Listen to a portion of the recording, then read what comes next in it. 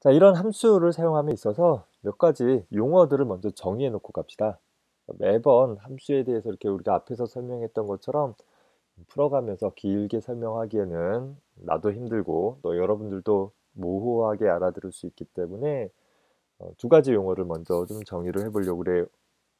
내가 함수를 이용하기 위해서, 함수가 가진 어떤 문장들을 수행을 하기 위해서 함수를 실행시키는 행위를 우리는 함수를 호출한다 라고 표현합니다. 아까 비유 들었듯이 복사를 담당하는 조교로 길동이를 두었다라고 한다면 내가 복사를 하고 싶을 때 어떻게 해줘야 돼요? 길동이를 호출하면 되는 거죠. 길동아 라고 부른다라는 거예요. 똑같아요. 어떤 함수가 갖고 있는 기능을 수행할 필요가 있다라고 하면 나는 그 기능이 필요한 호출 측에서는 호출되어야 하는 함수를 호출해주면 된다라는 것입니다. 자, 아까 길동이를 호출할 때 그냥 길동아 부르면 자기가 알아가지고서 일을 착착착착 해낼 수도 있지만 일반적으로는 길동이를 부르면서 나는 뭘 해주게 되어져요? 길동이가 복사해야 될 문서를 전달해줘야 되겠죠. 이렇게 함수를 호출하는 측에서 길동이를 호출하는 내가 함수에게 복사하는 일을 담당하는 길동이에게 호출 시 전달해주는 값. 왜 전달해줘요? 이거 가지고 가서 너가 해야 될 일을 해라 라는 의미로 전달해주는 값을 우리는 인수라고 부릅니다. 함수를 호출할 때에는 인수가 꼭 있어야 하는 건 아니에요. 아까도 비유를 들었듯이 보드마카를 가져다 주는 조교가 있으면 그냥 그 조교를 부르면 보드마카 하나 가져오겠죠. 함수를 호출하는 구문은 여기 가운데 나와 있는 것처럼 함수 이름 괄호괄호의 형태를 취하고 있습니다. 어떤 함수 이름 써주고 그 옆에 괄호괄호 써주게 되어지면 그건 하나의 함수 호출문으로 인지되어진다라는 것이죠. 길동이를 호출한다. 홍길동 괄호괄호 형태가 되는 것이에요. 앞에서 봤던 어떤 형태와 비슷하지 않아요? 우리가 앞서서 작성했던 프린트 괄호괄호 이게 바로 하나의 함수 호출문이 된다라는 것이죠. 프린트라는 함수를 호출해라 라는 것이 잘은 모르겠지만 프린트라는 함수를 호출하니까 뭔가 일이 일어났다라는 것을 볼 수 있어요. 자, 특히 함수를 호출을 할 때 전달해주는 값을 우리 인수라고 했는데 그 인수는 함수에게 어떻게 전달해주느냐? 그 함수 호출문의 괄호 안에 인수를 써주면 된다라는 것입니다. 다시 여기 보면 print라는 함수를 호출할 때 여기 녹색으로 표현한 부분 있죠. 따옴표 치고 hello world라는 내용을 써주니까 결국 얘는 뭐가 되겠어요? print라는 함수를 호출하면서 야, hello world 가지고 가서 네가 해야 할 일을 해 라고 전달을 해준 거예요. 마찬가지로 두 번째 문장 보면 굿잡이라는 내용을 가지고 가서 네가 해야 될 일을 해 라고 요청을 한 것이죠. 프로그래머인 내가 print라는 함수를 가지고서 뭔가 hello world라는 또 굿잡이라는 내용을 그 함수에게 인수로 전달해 주니까 어떤 일이 일어났어요? 화면에 hello world라고 출력이 되고 굿잡이라고 출력이 되더라 라는 것입니다. 이렇게 우리 지난 시간에도 살펴봤듯이 print라는 함수는 하나의 인수를 전달받는다라고 하면 그 전달받은 인수의 내용을 화면에 출력해주는 일을 담당해주는 함수이다라는 것입니다. 간단하죠? 다만 주의할 것은 그 인수로 전달되어질 것이 문자열 데이터, 그러니까 뭔가 문자열, 내가 화면에 표시할 문자열이다라고 했을 때 반드시 따옴표로 감싸주어야 한다라는 점만 기억을 해둡시다. 뒤에 가서 다루겠지만 프로그램이 수행되어질 때 어떤 알파벳 등으로 구성되어지는 단어가 나오는데 그 단어가 따옴표 안에 들어있지 않으면 어떤 이름, 프로그램이 문장들을 수행할 때 사용되어지는 함수 이름과 같은 어떤 식별자로 인지를 하게 되어져요. 나는 식별자로서 헬로 월드가 아니라 헬로 월드라는 어떤 문자열인 데이터를 출력하고 싶은 거잖아요. 그래서 반드시 따옴표로 둘러싸줘야 한다라는 점만 일단 기억해 두고 뒤에 가서 조금 더 자세히 살펴보도록 합시다. 만약에 어떤 함수가 인수를 여러 개 받아야 될 필요가 있다면 어떻게 하겠는가? 자, 그 경우에는 기본적으로 인수는 하나도 전달이 안 될 수도 있어요. 또 하나가 전달될 수도 있어요. 그런데 여러 개가 전달된다라고 하면 각각의 인수를 콤마로 구분을 해서 나열을 해주면 됩니다. 첫 번째 인수 콤마, 두 번째 인수 콤마 이런 식으로 쭉 나열해주면 결과적으로 각각의 인수는 기본적으로 순서대로 함수에게 전달이 되어져서 함수는 그 여러 개의 인수를 받아가지고서 각각 무엇을 해야 되는지를 처리를 하게 되는 것입니다. 아까 길동이 같은 경우에도 복사할 거리만 전달하는 게 아니라 복사할 거리와 수량이라는 두 개의 정보를 넘겨줘야 되겠죠. 길동이는 어떤 걸 몇 부 복사할 것인지를 기억해 가지고 가서 자기가 작업을 수행을 할 때 사용을 하게 될 것입니다.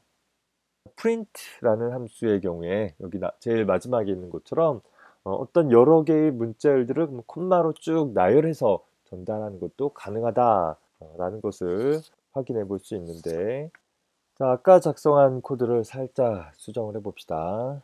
아까 두 개의 print라는 함수 호출문이 있었었는데, 호출을 하면 hello world라는 문자열과 굿잡이라는 문자열이 각각의 한 줄에 하나씩, 그러니까 엄밀히 따져보면 print라는 함수는 인수로 전달받은 내용을 화면에 출력하고 줄바꿈 처리까지도 수행을 해주는 함수입니다.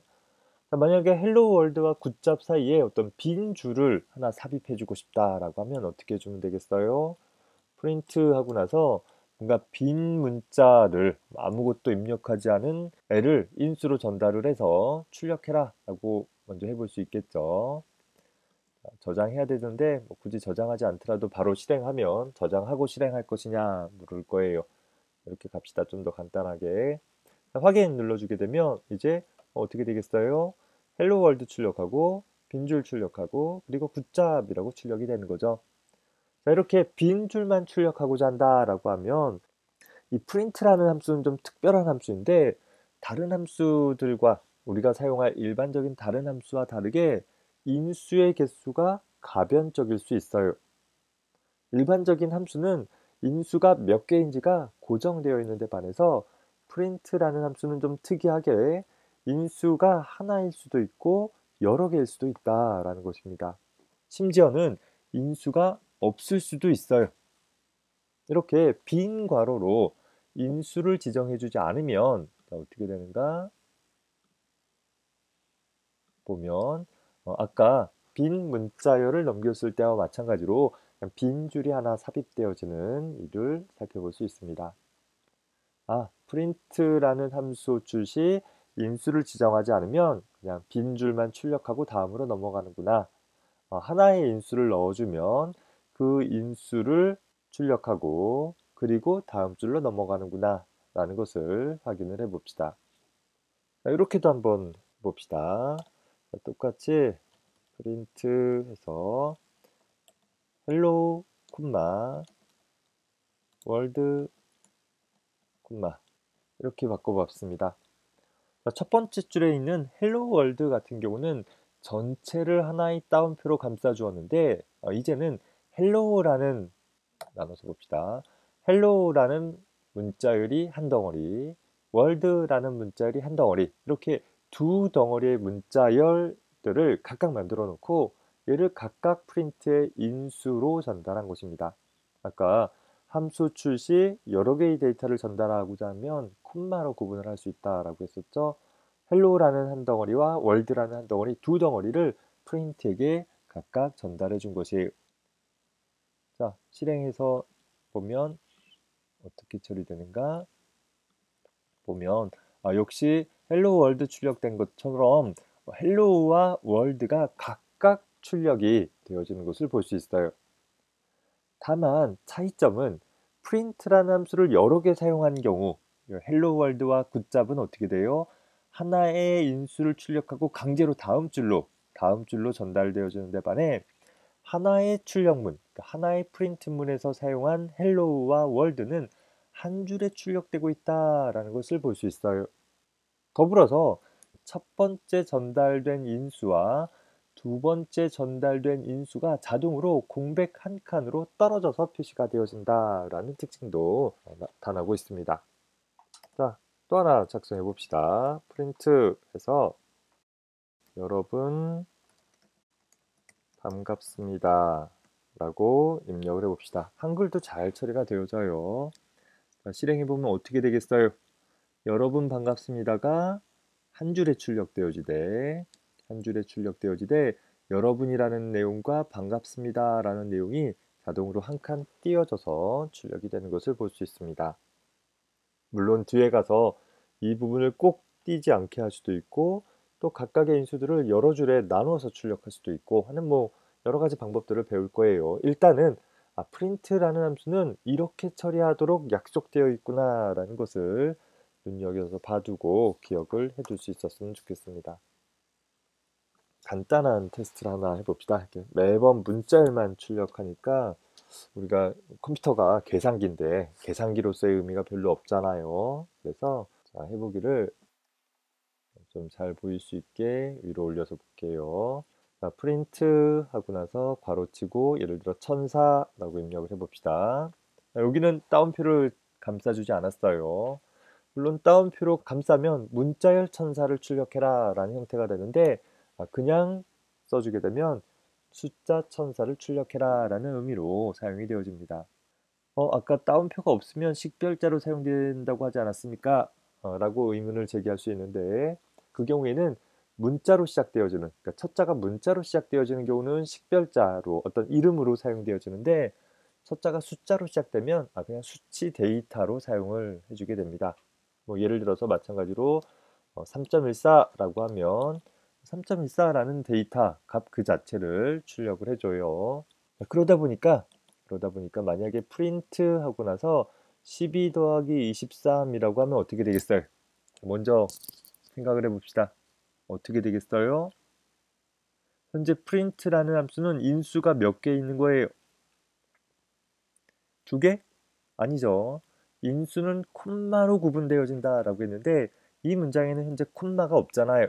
얘는 하나의 인수를 갖고 있는 거예요.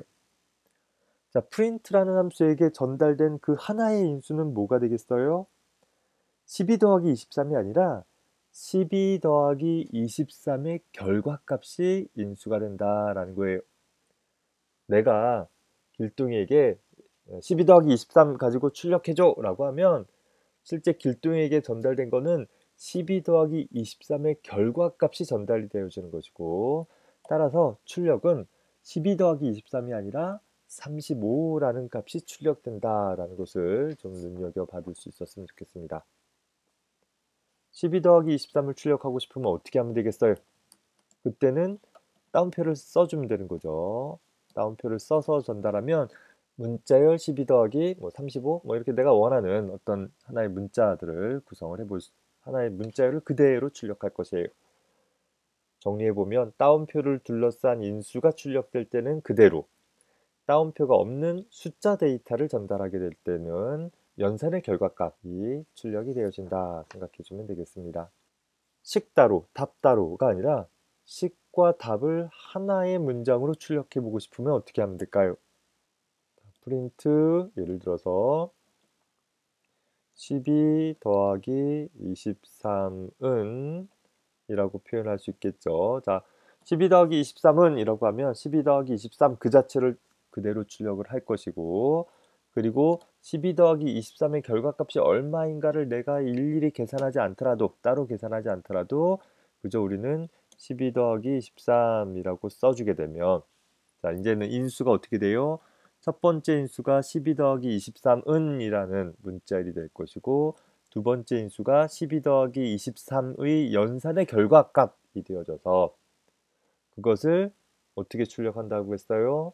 순서대로 첫 번째 인수 먼저 출력하고 한 칸 띄고 두 번째 인수를 출력한다라는 거예요. 여기 한 칸 띄어 있어서 한 칸 띄는 게 아니라 콤마로 전달된 모든 인수는 한 칸 띄어진다. 아주 극단적으로 우리 여기 붙여봅시다. 좀 보기는 안 좋지만 이렇게 공백 없이 콤마 다음에 공백 없이 나열했다 하더라도 이퀄 다음에 공백이 하나 추가되어지는 것을 볼 수 있습니다. 물론 좀 더 극단적으로 보면 12와 23도 숫자 데이터 아닌가라는 측면에서 이렇게 나눠볼 수 있을 거예요.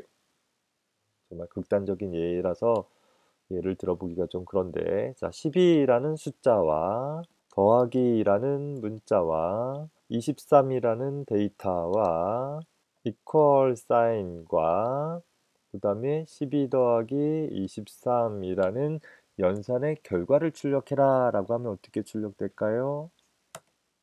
그쵸? 똑같이 앞서서 표현한 것과 똑같이 출력이 됐어요. 자, 차이점은 여기선 문제, 즉 어떤 연산을 할 것인지를 한 덩어리의 문자열로 그냥 고정을 했다라고 한다면 요 아래쪽에 있는 것은 이렇게 각각의 숫자 데이터들을 따로따로 기술할 수도 있다. 또 print라는 함수가 얘는 인수를 몇 개 가진 거예요? 하나, 둘, 셋, 넷, 다섯 개. 다섯 개의 인수도 가질 수 있다. 라는 것들을 살펴볼 수 있는 것입니다. 물론 이것도 가능하겠죠. 프린트 12 더하기 23은 35. 얘도 똑같은 결과를 가질 거예요. 결과만 본다면 다 똑같긴 하는데 마지막은 어떻게 됐어요? 내가 직접 계산한 거죠. 첫 번째나 두 번째는 계산은 컴퓨터에게 시킨 거예요. 그런데 첫 번째와 다르게 두 번째는 계산할 데이터도 숫자 데이터로 프린트에게 전달을 해줬다라는 거예요. 현재 요해에서는 첫 번째 경우나 두 번째 경우나 동일해 보여요. 실제 동일해요. 그런데 만약에 우리가 사용자로부터 어떤 데이터들을 입력받을 수 있다라고 한다면 어떤 데이터를 입력할지는 프로그래머인 내가 프로그램을 작성할 때 결정할 수 없잖아요. 그래서 그렇게 입력받은 데이터를 가지고서 어떤 표현을 만들고자 한다라고 하면 이런 두 번째 표현이 즐겨 사용되어질 것입니다. 자, 우리에게는 파이썬 프로그램 안에서는 데이터를 어떻게 표현할 것인지 이런 부분들을 좀 살펴봐야 될 것 같습니다. 자, 컴퓨터 내부에서 데이터들을 어떻게 표현하는지에 대해서 좀 살펴봅시다. 기본적으로 컴퓨터 내부에서 사용되어지는 모든 데이터들은 각각의 데이터마다 적절하게 그 데이터들을 표현할 수 있는 고정된 길이의 이진 비트열로서 적절히 코드화해서 표현을 해주게 됩니다. 숫자 데이터가 됐던 문자 데이터가 됐던 적당한 형태로 코드화한다라는 것을 유의해 줘야 되겠습니다. 다만 숫자 데이터는 좀 더 계산하기 용이한 형태로 오차를 좀 줄일 수 있고 더 빠르게 계산할 수 있는 형태로 코드화할 것이고, 문자 데이터는 각각의 시스템 간에 서로 다른 종류의 시스템이다 하더라도 쉽게 호환될 수 있도록, 즉 하나의 시스템에서 작성한 내용을 다른 시스템에서도 특별한 변환 과정 거치지 않고 볼 수 있는 형태로 아마 코드화가 될 것입니다. 어떻게 코드화를 할 것이냐는 우리 과목에서는 별로 관심이 없어요. 자, 그런 데이터를 표현하는 방법이, 프로그램 코드 안에서 표현하는 방법이 크게 두 가지가 있는데 상수라는 것과 변수라는 것이 있습니다. 결론적으로 보면 상수는 값이 변하지 않고 항상 일정한, 프로그램이 시작되어져서 끝날 때까지 그 값이 그대로 유지되어지는 데이터를 상수라고 부릅니다.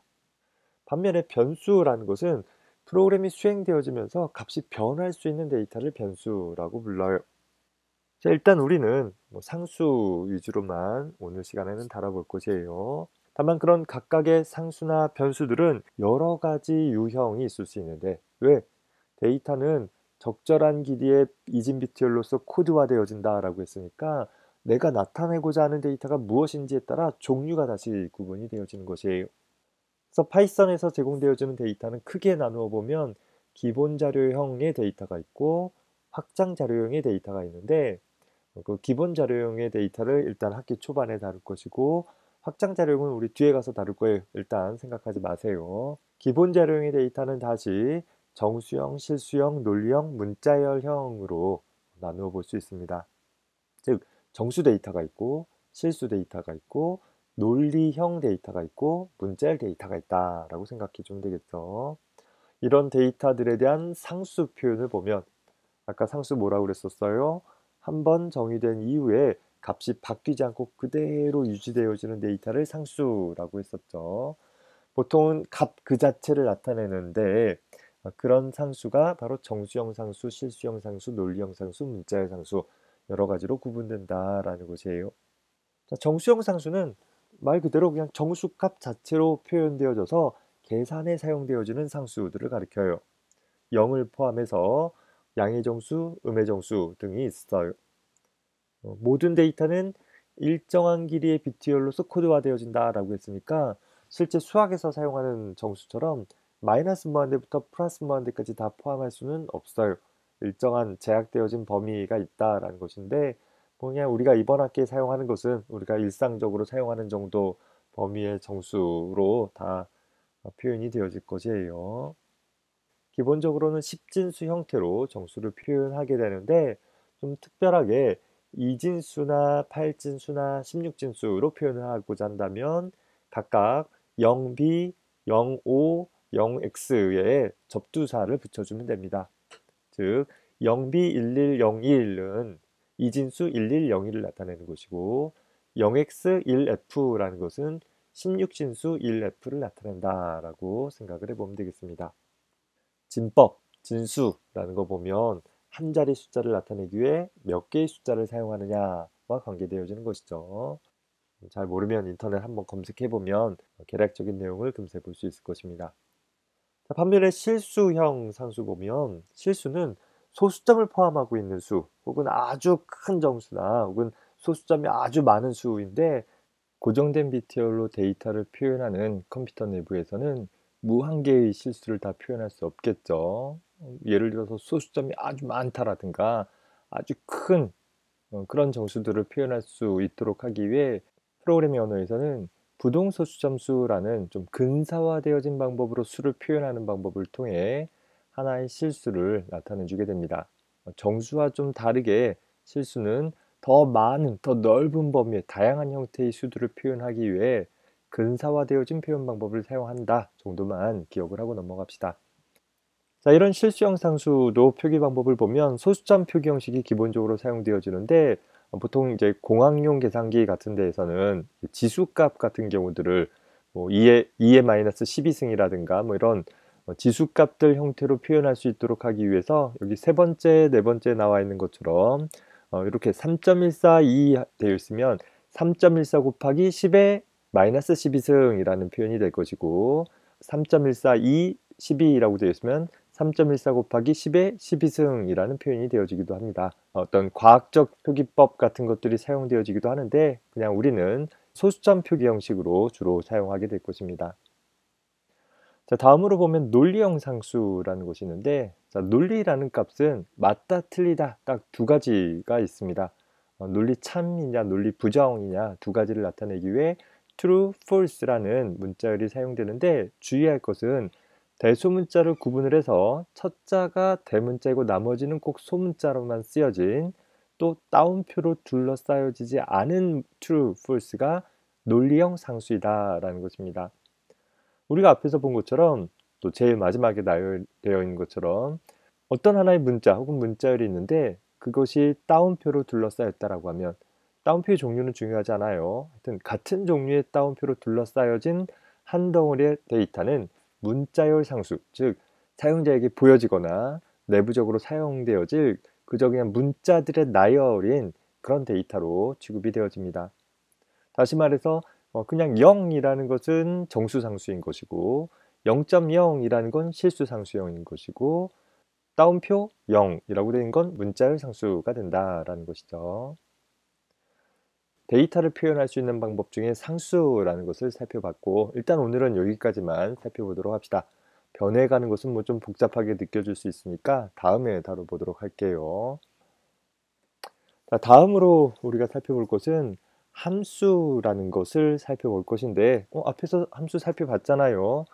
그런데 여기에서는 앞에서는 이미 존재하는 어떤 임의의 함수를 호출해서 어떤 작업을 수행하는 소위 호출 방법을 배웠다라고 하면 이 부분에서는 내가 원하는 문장들의 묶음으로 하나의 함수를 새로 정의하는 방법을 살펴보도록 하겠습니다. 연관된 문장들의 집합으로서 함수라는 것을 정의할 수 있다라고 했을 때 내가 정의한 함수를 우리는 사용자 정의 함수, 사용자 정의 함수라고 표현을 할 것입니다. 자, 이런 함수를 정의하기에 앞서서 먼저 살펴볼 것은 식별자에 대해서 좀 살펴보려고 합니다. 앞서서 함수는 뭐라고 그랬어요? 연관된 하나의 일을 처리하기 위해 필요한 여러 문장들의 묶음이라고 그랬었죠. 앞에서 우리 소개했던 문장에 대해서 소개했을 때 블럭이라는 개념을 소개했었는데 연관된 문장들을 한 덩어리로 묶어 놓을 수 있다라고 했어요. 자, 그런데 묶여진 그런 문장들의 덩어리가 여러 종류가 있다라고 하면 예를 들어서 보드마카를 갖고 오는 일을 하는데 수행되어지는 문장들도 있을 것이고 복사를 담당하는 문장들도 있을 것이고 게시판의 성적을 게시하는 문장도 있고 이렇게 여러 가지 할 일들의 그룹들이 있다라고 한다면 이 각각의 그룹들을 조금 더 쉽게 식별하고 또 필요에 따라서 쉽게 이용할 수 있도록 호출할 수 있도록 하기 위해서 우리는 함수라는 블럭에다가는 이름을 고유한 이름을 부여하게 되어집니다. 자, 이렇게 프로그램 내부적으로 어떤 하나와 또 다른 하나를 구별할 때 식별할 때 사용할 수 있는 이름들을 식별자라고 부르는데 식별자는 그냥 아무렇게나 작성하면 되는 것이 아니에요. 그래서 식별자 작성 규칙이라는 것이 있습니다. 물론 식별자는 각각을 식별해 줘야 되니까 프로그램 내부에서 유일하게 식별될 수 있는 이름이어야 해요. 여러분들은 여러분들 집에서 어떤 식별자를 가지고 있죠? 그쵸? 부모님이 여러분들에게 이름을 주어줬잖아요. 그 이름이라는 식별자를 가지고서 다른 가족 구성원과 식별되어질 수 있는 것이에요. 자, 그런데 그 고유한 이름을 가지고서 학교에 왔더니 어떻게 되어져요? 학교에는 같은 이름인 다른 친구가 존재할 수 있는 거예요.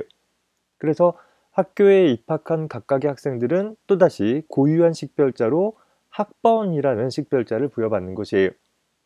더 나아가서 우리나라에 속해 있는 국민들은 주민등록번호라는 출생신고를 할 때 부여받게 되는 것이죠. 설사 이름이 같다 하더라도 고유한 학번 혹은 고유한 주민등록번호로 각각의 사람들을 식별하는 데 사용이 되어질 수 있듯이 프로그램 내부에서도 내가 정의한 무엇인가들을 비슷한 다른 것과 구분하기 위해서 식별하기 위해서 식별자들을 지어주게 되는 것입니다. 자, 이런 식별자들은 기본적으로 알파벳 문자들과 숫자 문자 그리고 언더스코프 같은 밑줄 문자 같은 것들을 이용을 하게 되어집니다. 사실 한글로 식별자를 지을 수는 있어요. 그런데 사실 우리 국제화 시대에 내가 작성한 소스 코드를 우리나라 사람만 살펴볼 건 아니잖아요. 내가 작성한 코드를 전 세계에 있는 다른 프로그래머들이 쉽게 살펴볼 수 있으려면 뭔가 공용의 문자들을 사용을 하는 것이 바람직할 것입니다.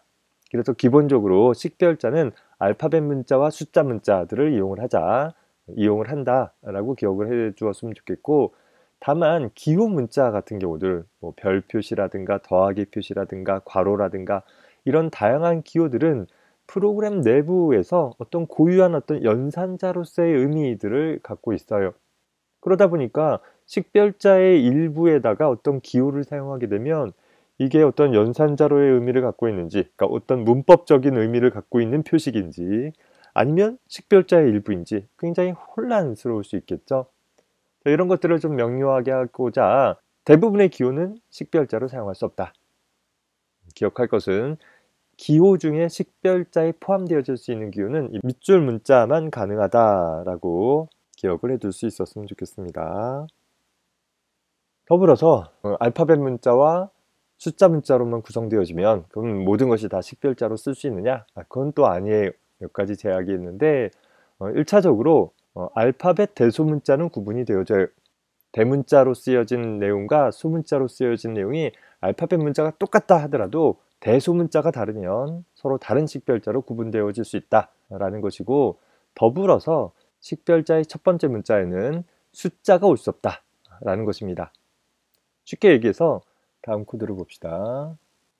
내가 식별자로 애플 그리고 숫자 2라고 쓰면 얘는 유효한 식별자가 될 수 있어요. 그런데 거꾸로 이애플이라는 이름으로 사용하는 것은 식별자로 허용되어지지 않는다라는 것을 주의를 해주기 바랍니다. 식별자는 꼭 첫 자가 숫자가 아닌 알파벳이나 혹은 밑줄 문자 많이 올 수 있다. 그러니까 숫자로는 식별자가 시작할 수 없다. 자, 그러면 또 다 식별자로 쓸 수 있느냐? 그건 또 아니에요. 위 조건을 만족하더라도 알파벳과 숫자로 이용하고 첫 번째가 숫자 문자가 아닌 문자 중에서도 앞에 나와 있는 몇 가지 단어들은 식별자로 사용할 수 없다라는 것이에요. 저 단어들은 뭔가 보면 보통 예약어라고 불려지는데 현재 이 파이썬 해석기에게 어떤 문법적인 의미가 이미 부여되어진 어떤 그런 특별한 단어들, 미리 예약되어진 단어들을 가리켜요. 우리가 어떤 식당에 들어갔는데 내가 원하는 자리에 아무 데나 앉는 것이 아니라 예약석이라고 붙여져 있으면 그 자리는 앉을 수 없잖아요. 마찬가지로 앞에 나와 있는 단어들은 이미 어떤 특별한 문법적인 의미가 부여되어 있기 때문에 식별자로 사용할 수 없는 단어들이 된다라는 것입니다. 자, 저 단어들이 뭔가는 지금 와닿지는 않을 거예요. 각각의 단어는 따옴표 없이 생각을 해봐야 돼요. 구분하기 위해서 따옴표를 쳐줬는데 따옴표 없는 그런 단어들이 있다라고 했을 때 아까 봤던 true라는 것은 뭐였어요? 혹은 false라는 건 뭐였어요? 참 혹은 거짓을 나타내는 하나의 상수 값이었죠. 따라서 내가 어떤 식별자로 true 혹은 false라는 식별자를 쓸 수는 없다라는 것입니다. 내가 식별자로 사용하기에 앞서서 이미 어떤 고유한 문법적인 의미가 부여되어 있기 때문에 내가 쟤를 식별자로 사용하는 순간 혼란이 발생되는 거죠. 식별이 불가하는 일들이 발생될 수 있다라는 거예요. 그래서 앞에 나와 있는 단어들은 모두 다 식별자로 사용할 수는 없다. 자, 그러면 각각의 단어들이 뭔지 다 외워야 하는가? 뭐 엄밀한 의미는 알고 있어야 돼요. 최소한 우리가 저런 것들을 식별자로 쓰지 말아야 되니까. 그런데 본격적으로 프로그래밍을 하기에 앞서 사용할 수 없는 단어들이 무엇인가를 일일이 외우려고 하면 지루하잖아요. 자, 그래서 일단은 눈여겨보되 앞에서 본 것처럼 만약에 내가 식별자로 써봄직한 단어가 무엇이 있는가 정도만 눈여겨봐 둡시다. 당장은. 차차 문법적인 내용들을 배워나갈 때 하나씩 하나씩 등장하겠지만 그 전이라도 내가 이런 단어는 식별자로 쓸 수 있을 것 같다 라는 것은 된다 안 된다 정도는 좀 확연하게 구분을 할 수 있도록 눈여겨봐두기 바랍니다. 뭐 예를 들어서 여기 나와 있는 elif 뭐 이런 단어를 내가 식별자로 쓸 일은 없잖아요. 일상적으로 사용하는 일이 아니니까.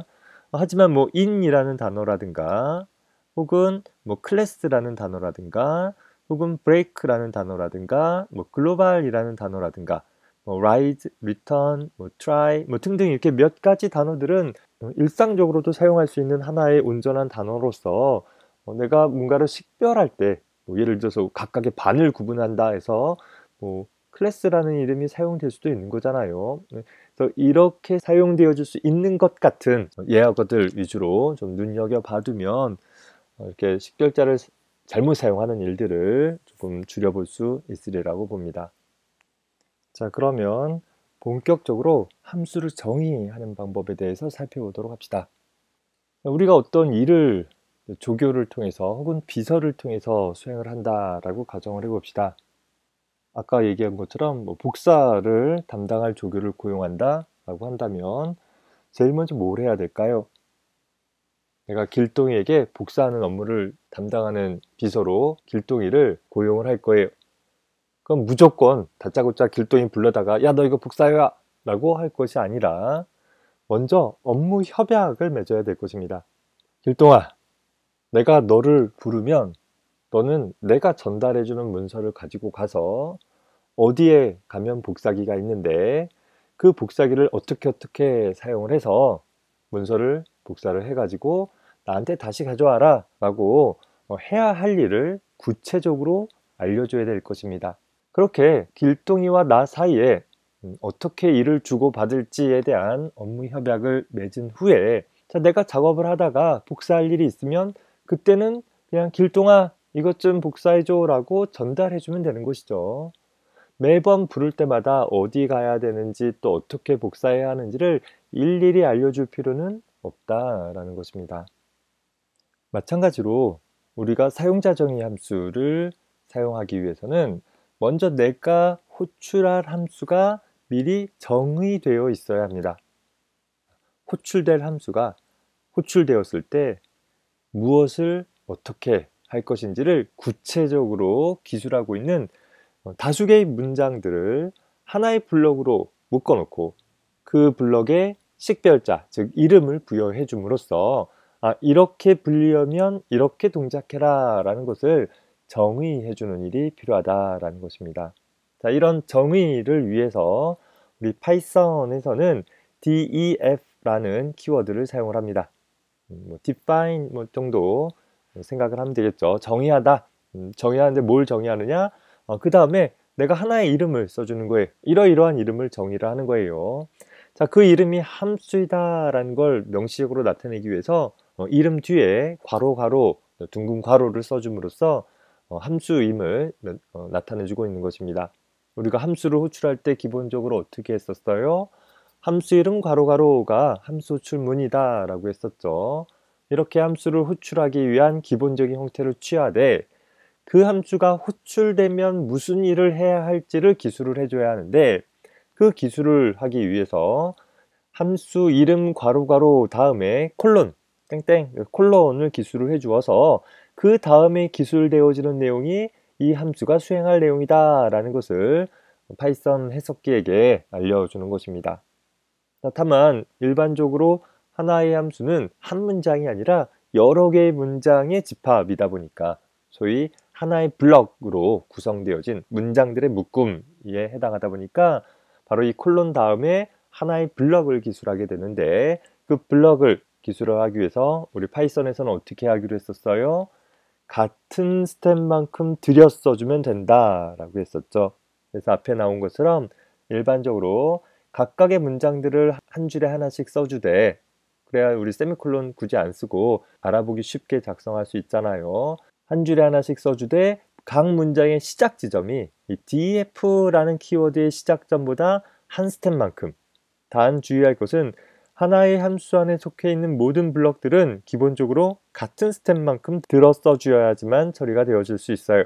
즉 어디는 3칸, 어디는 4칸 이렇게 들쑥날쑥 들여 쓰게 되면 들여는 써 있지만 코드가 좀 깔끔하게 보여지지가 않겠죠. 그래서 파이썬에서는 같은 블럭에 속해 있는 모든 문장들은 기본적으로 같은 스텝만큼의 들여쓰기를 강제해주고 있습니다. 따라서 우리가 들여쓰기를 할 때 스페이스바를 여러 번 눌러서 들여쓰게 되면 들여쓰기 정도가 몇 칸인지 또 매번 스페이스바를 딱딱딱딱 누르는 것이 좀 번거롭게 보여질 수 있겠죠. 자, 그래서 보통은 탭키를 사용을 합니다. 우리 키보드 왼쪽 상단에 보면 알파벳 Q라는 키 옆에 TAB라고 쓰여진 키가 있죠. 일반적으로 우리 워드 프로세서나 메모장 같은 데에서 탭키를 눌러주면 어떻게 되어져요? 한 스텝만큼, 그러니까 일정한 간격만큼이 쭉 들여 써지는 효과가 나타나져요. 코드를 작성할 때 마찬가지로 탭키를 눌러주면 한 스텝 정도가 자동적으로 깔끔하게 들여 써질 수 있기 때문에 탭키를 적절히 활용을 해줄 수 있었으면 좋겠습니다. 자, 이런 기본적인 함수가 어떻게 호출되어지고 또 어떻게 동작되어지는지를 좀 자세히 한번 들여다보려고 합니다.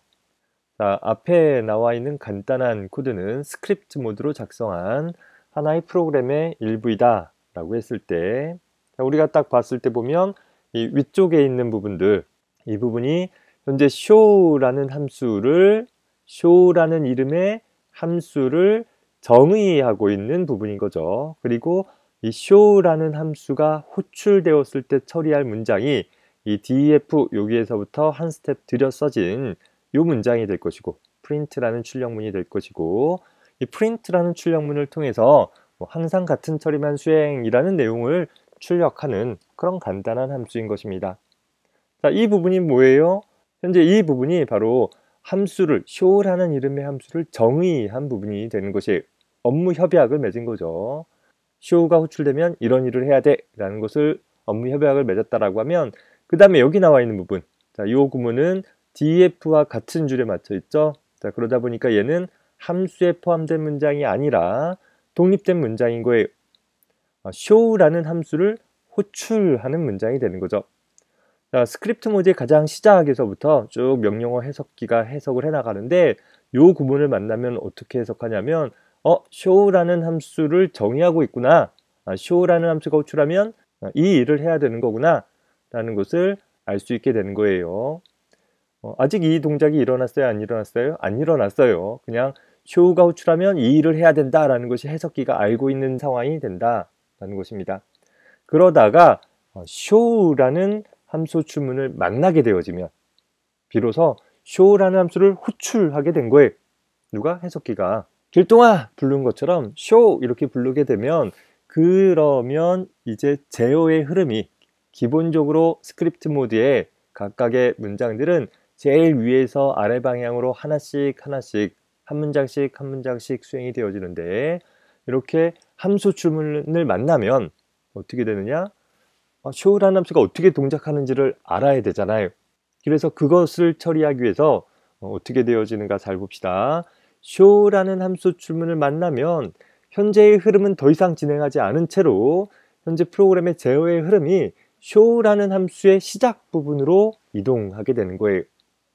아까는 show라는 함수가 이런 동작을 하는 함수야 라는 소위 업무 협약에 대한 내용들을 확인하고 넘어갔다라고 하면 이제는 show라는 함수 호출을 통해서 여기 이 문장이죠.